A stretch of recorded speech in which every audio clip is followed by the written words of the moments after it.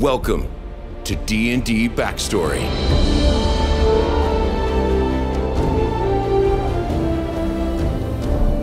This is the origin of Chettin Graal, Hobgoblin Artificer.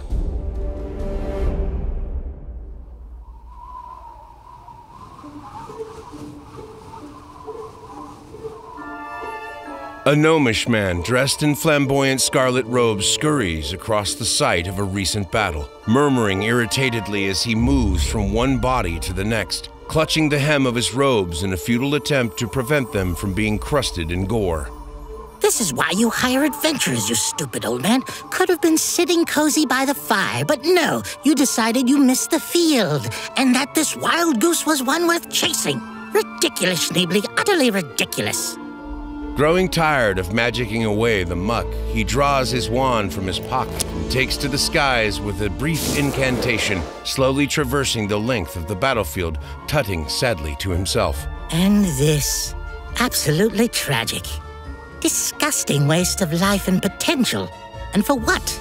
Because two chieftains couldn't settle their dick-measuring contest, mano a mano? Because one clan had a more successful year than another? Shameful. Hordes of goblinoids dead. Shameful.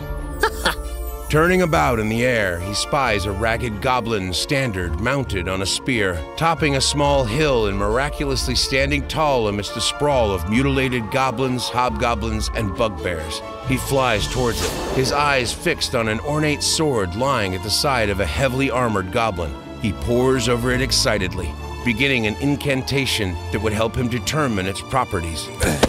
A hand lunges out of the pile of corpses and clutches the wizard's ankle. Shrieking, he points his wand at the arm and sends its owner soaring 15 feet in the air.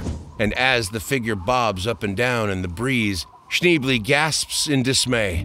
A hobgoblin of middling stature dressed in the armor of a low-ranking officer, the figure is covered in dried greenish blood, emaciated with thirst and heat, with cauterized stumps where his left arm and right leg should have been. And yet, the hobgoblin was breathing, and had somehow been possessed of enough fortitude to reach out and grasp at the first sign of life.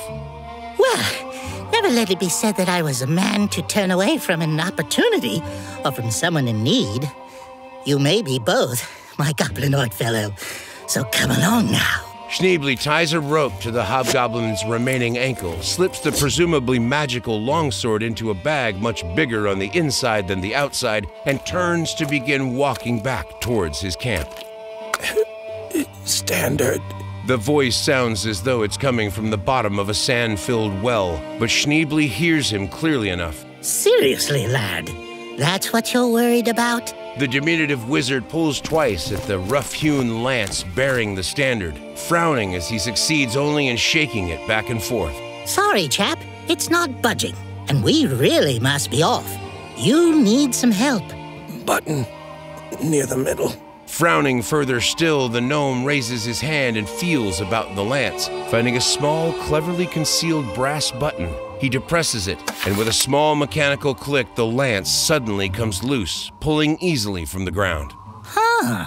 The wizard slides the standard into his bag of holding and levels a curious stare at the levitating hobgoblin. But the red-orange amputee has seemingly fallen fully unconscious.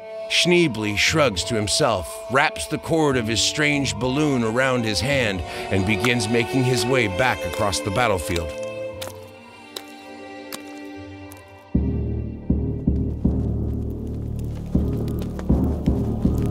A massive hobgoblin general, nearly 7 feet tall and broad as an ox, paces the interior of a command tent that resembles a patchwork quilt more than it does anything that was once a singular piece of canvas.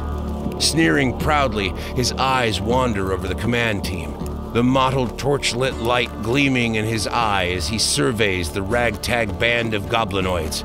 Chettin Graal, standard-bearer of the Three Clans army, attempts to straighten a posture already at full attention as the general meets his gaze. But the commander's eyes slide past the slim young hobgoblin dismissively. This is it, boys! The dawn marks a new day for our clans! We've got them right where we want them. Our scouts have exploited flaws in their perimeter. We know their numbers, their equipment, their level of readiness. They have no hope of standing against us, and their pride will not let them cease their attempts.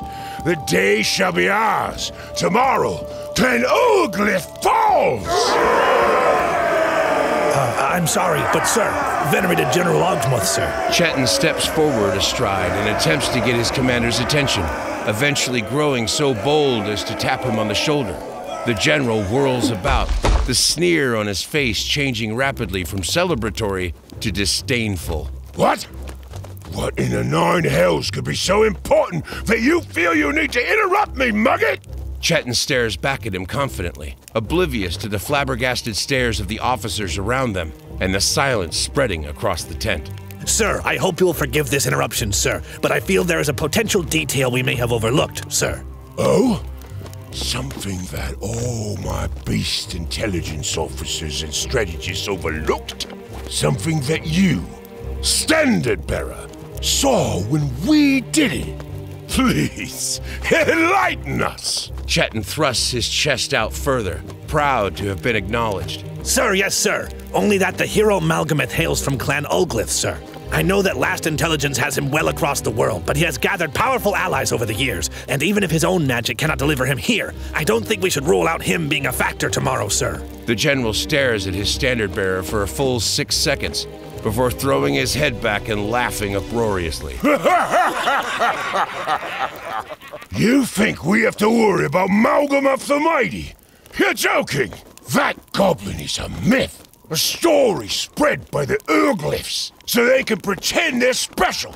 Even if that fool were real, he'd be pushing 50 by now. Do you think to bring such foolish thoughts to my attention? Do you understand me, Standard Bearer? Sir, yes, sir.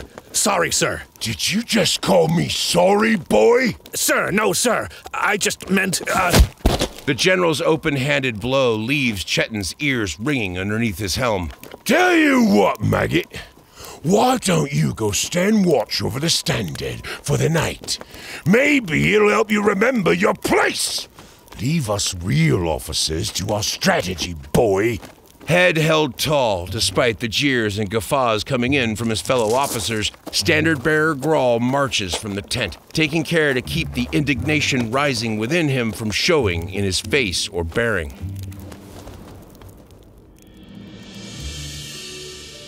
Chettin groans feebly and opens his eyes, coming to full consciousness for the first time in the months since the gnomish wizard brought him off the field of battle. He begins to attempt to lift his head, only to immediately be met with the resistance of a small hand against his forehead. I would not do that if I were you, my good Standard Bearer. Chettin starts violently at the cheerful gnomish voice emerging from somewhere behind him, and strains harder to lift his head and take in his surroundings. Almost immediately, an ache shoots through his skull down to the base of his spine, and he nearly loses consciousness with the effort. Stop it, you damned fool! For the gods' sakes, that mage hand can only hold a few pounds. If you were healthy enough to sit up, you'd already be there. Now come, let me help you sit up, and then I'll see about taking that compress off your eyes. Bewildered but seeing the sense in his words, Chettin groans but ceases to resist and feels the cot underneath him shifting into a seated position, and a set of gentle hands beginning to unravel a set of bandages around his head. Now, son, they messed you up pretty bad out there. You're alive, and you should be functional once we get your strength back up. But, well, try not to be too alarmed. The bandages fall away, a cool compress is removed from across his eyes, and Chettin gasps, swearing to himself. He briefly takes in his surroundings, a warm cave, finely furnished with a fire roaring in a hearth, but then he glances down to take stock of his injuries, and his attention becomes entirely engrossed with his condition. The various dagger and arrow wounds he sustained during the battle are almost entirely healed, though faint lines of yellow scar tissue trace strange interrupted patterns across his torso.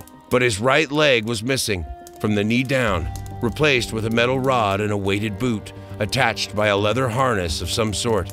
He reaches down frantically to feel the injury for himself, only to realize there is no left arm to reach with. He whips his head around furiously and locks eyes with the bespectacled, mustachioed gnome.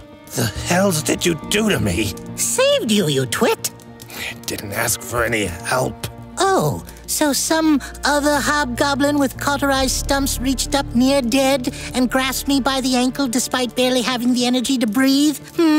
Only slightly abashed, Chettin scowls at the gnome. Thought you must have been a goblin. Afraid not, my vermilion companion. I am the wizard Schneebly, at your not-so-humble service. Now, you've been taking nutrients through a tube for months. Do you think you could handle some broth? Here, take this mug. The wizard bustles over, gently placing a steaming ceramic mug into Chettin's hand, and retreats to the corner of the cave, returning quickly, clutching Chettin's prized standard in his hands. Ignoring the hobgoblin's withering stare, the gnome settles into a plush armchair, turning the stave of the standard about in his hands. This design, the way the butt of the standard anchors itself into the ground and retracts, are you the one that came up with this? His anger temporarily forgotten, Chettin nods slowly, wincing a bit as a spike of pain drives through his head. Ingenious, truly, ingenious. The wizard trails off, his shrewd gaze alternating between the curious lance and its innovator. Chettin attempts to meet the silence in kind, but curiosity overcomes him, and after a few sips of the surprisingly tasty broth, he speaks up. Why? Why save me? Do you take pleasure in seeing a mighty hobgoblin brought so low? Do you plan to lock me in your tower as a servant? Because I will not be subjected to such a life. Do you hear me, wizard? Besides, I am of no good to anyone. Better dead than a... The mage hand, floating silently above Chettin's head, descends suddenly, covering his mouth and silencing him mid-sentence. With a steely look in his eyes, Schneebly takes to his feet, leveling an accusatory finger at the hobgoblin. I will not tolerate such statements about yourself or any other person, do you hear me? Absolutely not! Why, I know axemen in wheelchairs who could have single-handedly defeated a platoon of your best soldiers. I once knew a woman with no arms who could have immolated you and all your brethren in a shower of lightning, all with a twitch of her nose. No, Master Graal, you will not speak as such, whether I am around or not. Now, as to why I saved you, you needed saving, Chettin. Sometimes it's as simple as that. Don't get me wrong.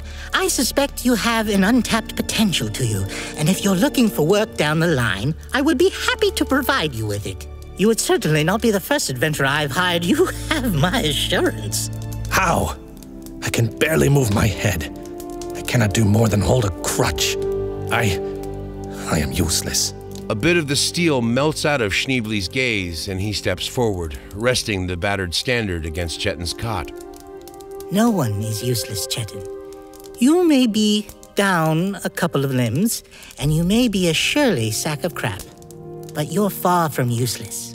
Anyone who can innovate something like the base of that lance has immense potential, and anyone who stays alive through the punishment you took is the kind of bastard I want in my corner. Do you understand me, Chettin? I do. And have you sulked sufficiently? Are you ready to learn to know your new capabilities? Because I can help you get your strength back. I can teach you a bit of magic to augment your technical know-how. And I can even send you down the road to someone who might be able to get you replacements for your limbs, if you're so inclined. Not of flesh, mind you, but of metal and magic. Why? I already told you, you dolt. All people have value, and I admire your chutzpah. So are you in? Or do you want me to send you out to the wilderness? I do not believe in helping those that refuse to help themselves. The young officer ponders this offer for a few moments, his mind racing. But eventually he nods, slowly. Yes, you diminutive ass. I suppose I'm in. Wonderful! Drink the rest of that broth, and let's start figuring out a way to get you holding a shield again. I know only a little bit of magical artificing, but I can certainly teach you the basics. And from then on, well, I have a few other adventurers I may want you to work with down the line. This isn't going to work, though. Chettin is staring down at the makeshift prosthesis the wizard has attached to his leg. As Schneebly fluffs up a pillow produced from nowhere. This rod isn't going to hold up to the stress of walking on it. The moment my foot comes down at a strange angle, it'll bend or snap, and the weight of the boot needs readjusting. If anything, we might want to repurpose the rod to help me attach the shield, but I would need more material for that, and the leg both, and tools. The hobgoblin trails off and glances up at the wizard, shocked to find him grinning from ear to ear. Materials and tools you shall have, my good hobgoblin, and assistance as much as I can give you. But now is the time for rest. Finish off that broth and we'll get you settled back in. Plenty of time for designs and prototypes. Fear not. And indeed, Chettin can feel his energy waning, the ache in his skull beginning to throb with his heartbeat, pulsing down through the limbs that were no longer there. 2 more questions, though. Fire away, dear boy. Chettin levels a glower without much bite behind it at the wizard, now once again seated and pouring himself a measure of brandy. Are all gnomes as disgustingly cheerful as you are? Nay, lad. Only the best of us. And the second question? How the hells did you know my name? The wizard raises an eyebrow, raises his glass, and shrugs. The same way I know that your force was defeated by a conquering hero.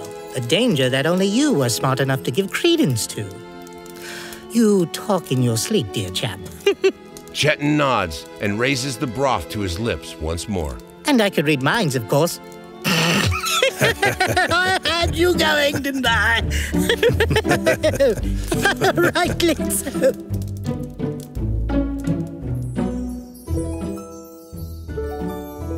Thanks for watching, everyone. Links to all of our characters' character sheets, our other character breakdowns, and all of our backstories can be found in the description below. Make sure you subscribe so you keep up to date as we release more and more characters and new content for you. And if you'd like to support us even further, a link to our Patreon can also be found in the description below.